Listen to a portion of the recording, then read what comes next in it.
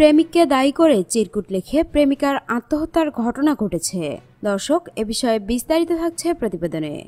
আত্মহত্যার আগে প্রেমিক হাসান ও তার পরিবারকে দায়ী করে বাবা মা ও পরিবারের উদ্দেশ্যে এমন চিরকুট লিখে গেছেন রিনা আক্তার নামে এক মাদ্রাসা শিক্ষার্থী।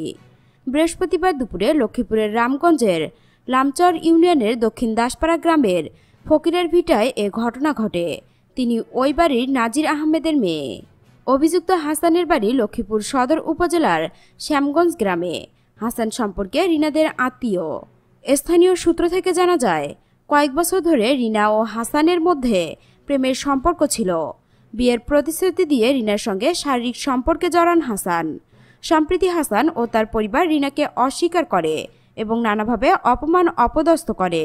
এ অপমান সইতে না পেরে আত্মহত্যার পথ বেছে নেয় মেয়েটি। স্থানীয় ইউপি সদস্য মোহাম্মদ শামসুল ইসলাম জানান, হাসান নামে এক ছেলের সঙ্গে মেয়েটির সম্পর্ক ছিল বলে জানতে পেরেছি। ছেলের পরিবার এর সম্পর্ক মেনে নেয়নি, তাই হাসান ও তার পরিবারের নামে একটি কাগজে লিখে ওই মেয়ে আত্মহত্যা করেন। রামগঞ্জ থানার ভারপ্রাপ্ত কর্মকর্তা ওসি এমদাদুল হক জানান, মরদেহ উদ্ধার করে ময়নাতদন্তের জন্য লক্ষ্মীপুর সদর হাসপাতালের মর্গে পাঠানো হয়েছে।